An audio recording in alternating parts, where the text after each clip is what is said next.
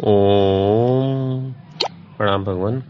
बोध कथा का शीर्षक है दो यात्राएं भीतर की। भगवान, बहुत वर्ष बीते, बहुत सदियां। किसी देश में एक बहुत बड़ा चित्रकार था। वह जब अपनी युवावस्था में था, उसने सोचा कि मैं ऐसा चित्र बनाऊं जिसमें भगवान का आनंद झलकता हो।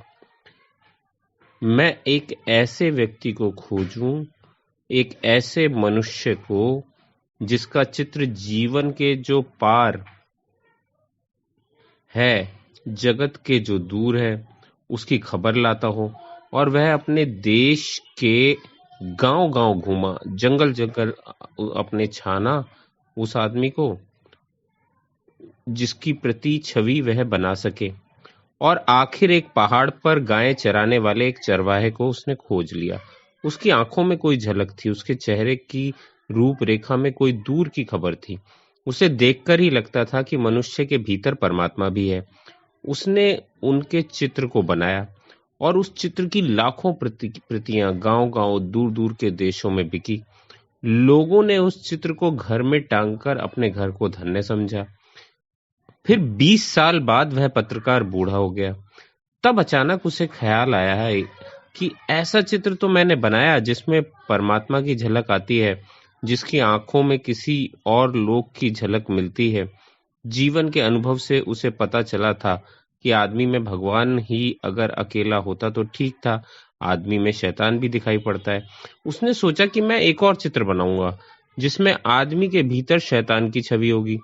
तब मेरे दोनों चित्र पूरे मनुष्य के चित्र बना सकेंगे। वह चित्रकार फिर गया, जुआ घरों में, शराब खानों में, पागल खानों में, और उसने खोजबीन की उस आदमी की जो आदमी ना हो, शैतान हो, जिसकी आंखों में ना शैतान की लपटें जलती हों, जिसके चेहरे की आकृति उस सब का स्मरण दिलाती हो जो अशुभ हो, कुरूप है, असुंदर है।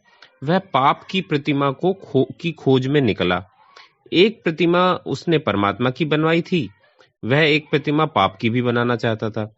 और बहुत खोज के बाद एक कारागृह में उसे एक कैदी मिल गया जिसने 7 हत्याएं की थी और जो थोड़े ही दिनों के बाद मृत्यु की प्रतीक्षा कर रहा था, फांसी पर लटकाया जाने वाला था। उस आदमी की आंखों में नरक के दर्शन होते थे, घृणा जैसे साक्षात थी। उस आदमी के चेहरे की रूपरेखा ऐसी थी कि वैसा कुरूप मनुष्य खोजना मुश्किल था। उसने उसके चित्र को बनाया और उस जिस दिन उसका चित्र बनकर पूरा हुआ, वह अपने पहले चित्र को भी लेकर कारागृह में आ गया। दोनों चित्रों को पास-पास रखकर देखने लगा। चित्रकार खुद ही मुग्ध हो गया था कि कौन सी कलाकृति श्रेष्ठ है। कला की दृष्टि से यह तय करना मुश्किल था। और तभी उस चित्रकार को पीछे किसी के रोने की आवाज सुनाई पड़ी। तो वह कैदी जंजीरों में बंधा रो रहा था जिसकी की उसने तस्वीर बनाई थी। तो वह चित्रकार हैरान हुआ। उसने कहा, मेरे दोस्त, तुम क्यों रोते हो? चित्रों को देखकर तुम्हें क्या तकलीफ हुई? उस आदमी ने कहा, मैंने इतने दिन तक छिपाने की कोशिश की, लेकिन आज मैं हार गया। शायद तुम्हें पता नहीं कि पहली तस्वीर भी तुमने मेरी ही बनाई थी। ये दोनों चित्र मेरे ही हैं। 20 साल पहले पहाड़ पर जो आदमी तुम्हें मिला था वह मैं ही था। और मैं इसलिए रोता हूं कि मैंने 20 साल में कौन सी यात्रा कर ली, स्वर्ग से नरक की, परमात्मा से पाप की। तो भगवान, पता नहीं यह कहानी, यह बोध कथा कहाँ तक सच है, सच हो या ना हो, लेकिन बोध कथा कहती है कि हर आदमी के जीवन में 2 तस्वीरें होती हैं।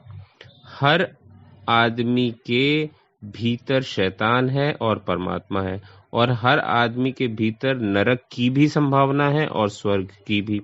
हर आदमी के भीतर सौंदर्य के फूल भी खिल सकते हैं और कुरूपता के गंदे डबरा भी बन सकते हैं। प्रत्येक आदमी इन 2 यात्राओं के बीच निरंतर डोल रहा है। ये 2 छोर हैं जिसमें से आदमी किसी को भी छू सकता है, और अधिक लोग नरक के छोर को छू लेते हैं, और बहुत कम सौभाग्यशाली हैं जो अपने भीतर परमात्मा को उभार पाते हैं। क्या हम अपने भीतर परमात्मा को उभार पाने में सफल हो सकते हैं? क्या हम भी वह प्रतिमा बन सकेंगे जहां परमात्मा की झलक मिले? तो बोध का कथा ये पूछते हुए ही बोध कथा यहीं पे समाप्त होती है। और सुंदर इशारा भगवान। बहुत बहुत धन्यवाद।